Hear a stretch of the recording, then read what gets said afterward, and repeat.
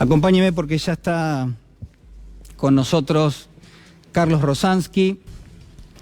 Carlos, ¿cómo estás? Buenas noches. Hola, ¿qué tal, Julián? Bueno, te voy a presentar. Sos ex juez, obviamente sos abogado, ex presidente del Tribunal Oral en lo Criminal Federal número 1 de La Plata. Has sido y sos miembro del Foro para la Justicia Democrática, sos docente universitario, tenés un currículum enorme, así que te agradezco mucho que estés aquí. No, a vos, la invitación. Bueno, a ver, yo en esta historia, digamos, lo que descubro es que existe una demanda de justicia para una situación que obviamente se presenta a todas luces como injusta, es decir, hay un maltrato, hay una situación, uno entiende, de desproporción en términos de poder. Y me pregunto si uno puede trazar algún tipo de paralelismo también con la realidad que estamos viendo, o en todo caso con las demandas que han surgido esta semana, que obviamente no son nuevas, pero que han tomado una intensidad muy, muy importante.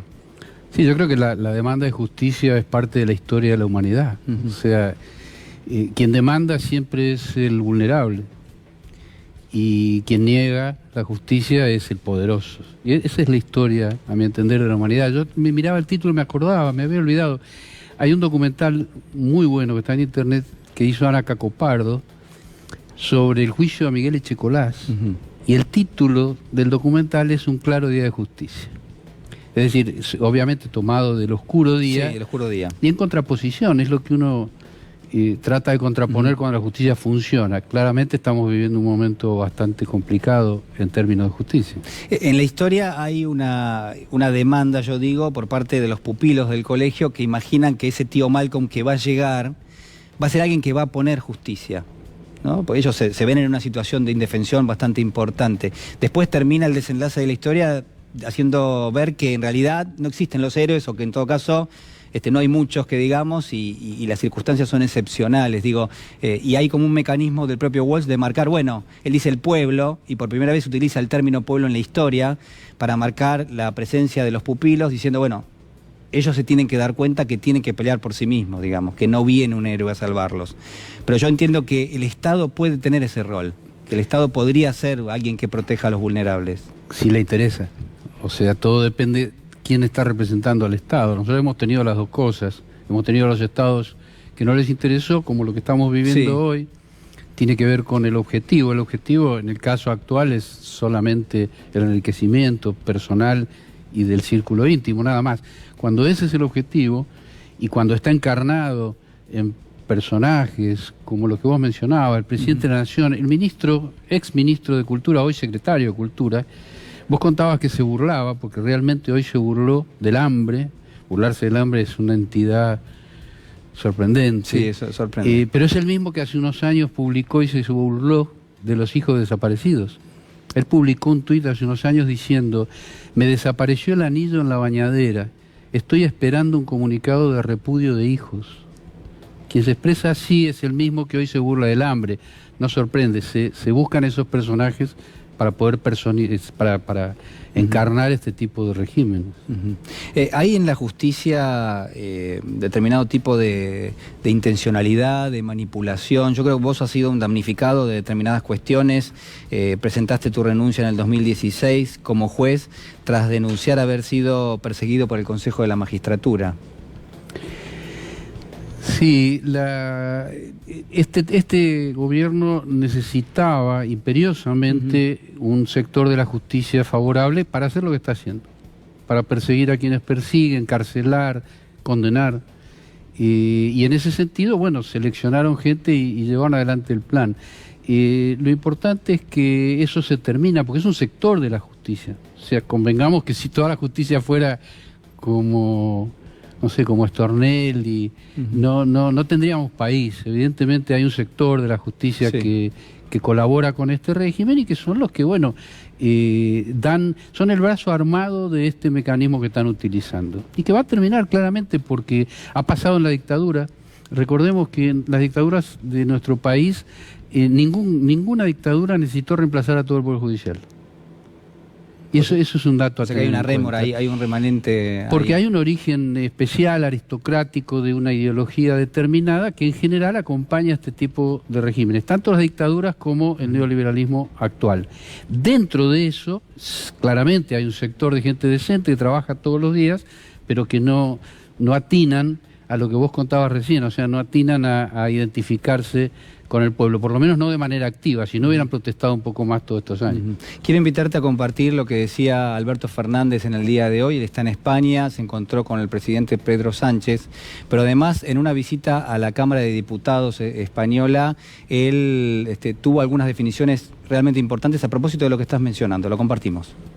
En Argentina también tenemos que preocuparnos por el Estado de Derecho, porque ha habido en estos años una manipulación judicial preocupante y por sobre todas las cosas se han generado una serie de detenciones arbitrarias. No voy a abrir juicio sobre inocencias y culpabilidades. Lo que digo es que se ha utilizado la detención durante el proceso como un mecanismo de persecución a opositores. Y eso no está bien, eso está mal. Y eso hay que terminarlo. Eso hay que terminarlo. Hay que dejar de utilizar a los tribunales como un lugar donde se hace política. Hay que dejar de valerse de los jueces para perseguir a los que no se les puede ganar en las elecciones. Y hay que hacer que los tribunales actúen como tales, juzguen y condenen a quienes tengan que condenar sin la presión política de ningún momento. Contaba Naciones Unidas en aquellos años que Brasil lograba construir una clase media que significaba la mayor parte de la sociedad brasilera, los años de Lula. Fueron los años Lula libre.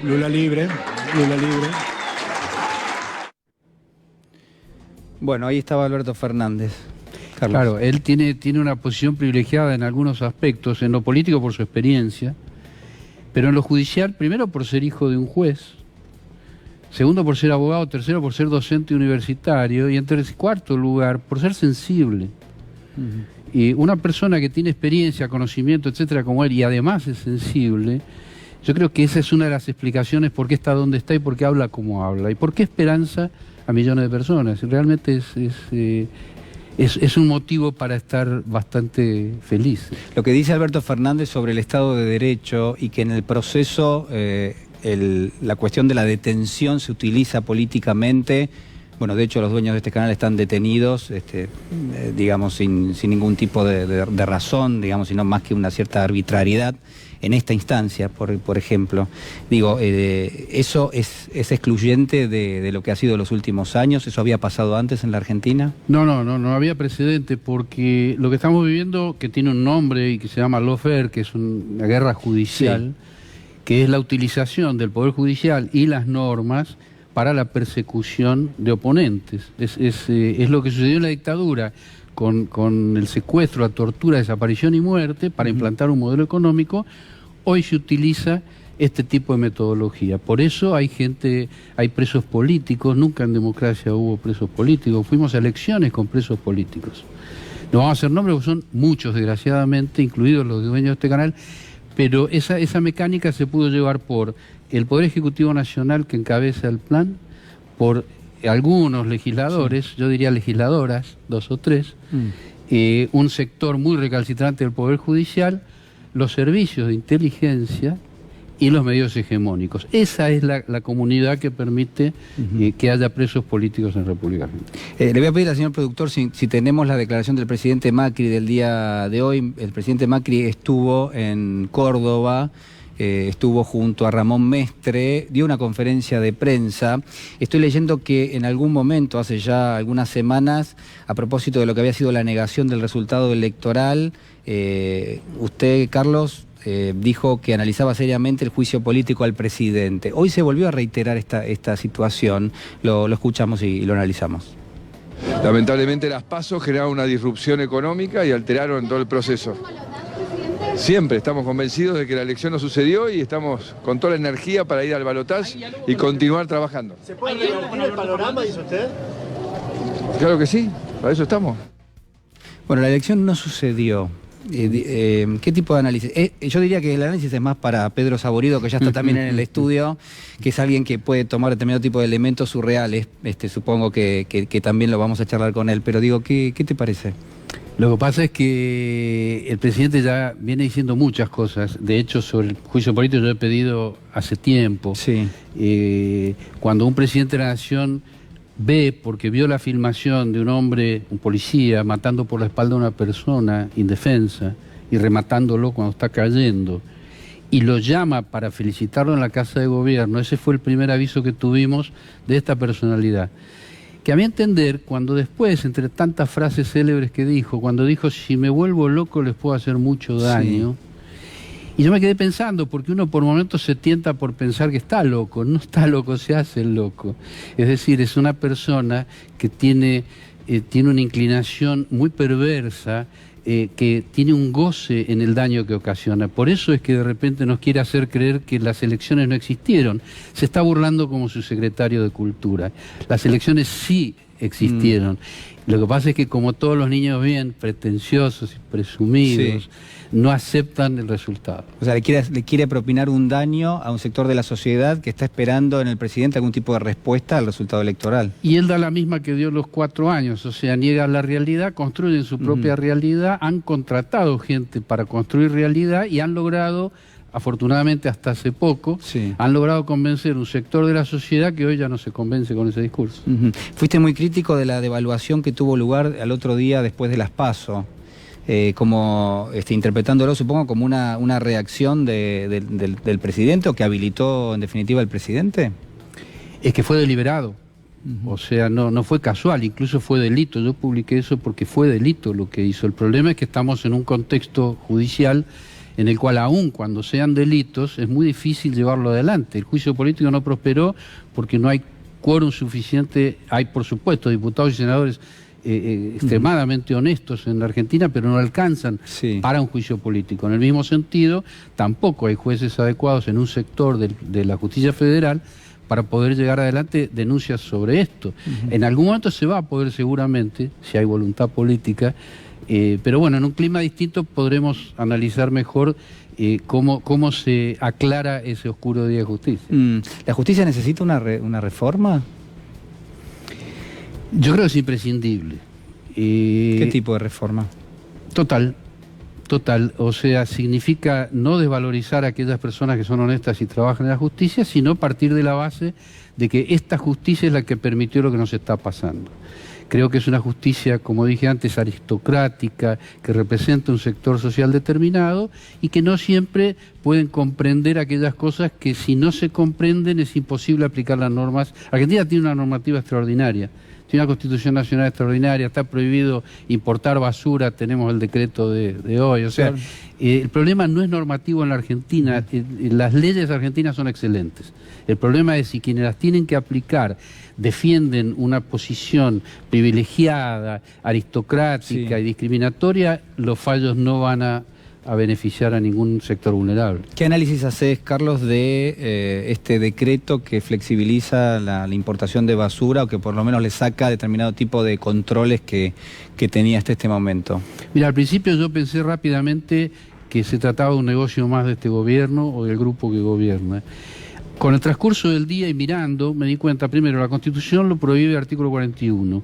Previo a la Constitución reformada lo prohíbe la ley que salió en el 91. En el 92 el decreto reglamentario lo prohíbe y exige que en el caso de importación haya un certificado del país de origen. Y luego la Constitución del 94 que lo prohíbe, ¿sí? El gobierno, haciendo oídos sordos a todo eso, dijo no me importa, y por eso yo de entrada pensé que era solo por una cuestión de negocio. Yo creo que es una provocación más. Cuando se viola la norma, la Constitución y las leyes, de una manera tan notable, yo creo que estamos por encima del mero negocio. Yo creo que hay, además, insisto, hay un oscuro goce en hacer daño, y hay un disfrute que por ahora no lo podemos desmenuzar, lleva mucho tiempo. Y hay intereses, ¿no? También, yo también pensaba en esto, hay determinado tipo de patrones que se dan en la globalización y que muchas veces exceden lo que pasa a nivel doméstico, fronteras adentro, como uno suele analizar las cosas. La financiarización a nivel global, es decir, el poder económico representado en las finanzas, me parece que es uno. La compra de tierras por parte de extranjeros en los países también está jugando un rol importante. El envío de basura es otro. El envío de basura también, que está dentro de lo que se llama el comercio exterior, pero obviamente, digo, no es no es cualquier envío, no es cualquier trato, digo, no es cualquier transacción en todo caso. Me da la sensación de que, bueno, después están los recursos naturales, ¿no? El manejo de los recursos naturales y ciertas cuestiones que tienen que ver con la política de expansión de China, que termina también en gran medida metiéndose en los países para generar determinado tipo de desarrollos, pero que siempre remiten a enviar esos recursos de los países a su propio país, digamos, ¿no? Siempre hay una cuestión de desarrollo para China y no para el resto. Digo, son como grandes ejes que en algún momento habrá que ir analizando, pero el envío de basura está dentro de esos ejes. Sí, que además es muy simbólico, pero yo agrego, no solo es como vos decís, es un gran negocio, sino que además quien lo realiza, al igual que los otros negocios que vos estás mencionando, recursos naturales, etcétera, requieren un grupo gobernante con las características del nuestro. Es decir, no es cualquier gobierno que va a aceptar esto. Lo acepta el nuestro porque en un país que tiene una normativa que no lo permite, ellos están por encima de la norma. Y por eso ese tipo de gobiernos del extranjero se aprovechan de eso y en última instancia, bueno, se aprovechan de todos nosotros. Carlos, la verdad que te agradezco muchísimo que hayas venido. Quiero preguntarte por último, ¿qué análisis haces de este momento histórico, pero también económico de la Argentina? En teoría, uno entiende por los resultados de las PASO que podría haber un cambio de gobierno hacia fin de año. Digo, ¿cómo te parece que estamos terminando este año, el 2019? Yo estoy convencido de que va a haber un cambio de gobierno. No me preocupa tanto la economía porque tengo la confianza que la gente que va a gobernar tiene equipo suficiente y hemos demostrado a lo largo de la historia que podemos renacer de las cenizas en endeudamientos incluso como el que tenemos, ¿sí? Lo que me preocupa más, y es buen momento para dejarlo planteado, es que en la próxima gestión se tenga en cuenta que el gobierno de Macri subió por una manipulación muy perversa, que se puede considerar incluso fraudulenta desde el punto de vista de manipulación psicológica, y que va a haber que analizar y trabajar para ver por qué se forman en nuestra sociedad espacios permeables a ese tipo de manipulación. Eso es lo que nos va a garantizar que no nos vuelvan a manipular. Gracias, Carlos Rosanqui. Un gusto.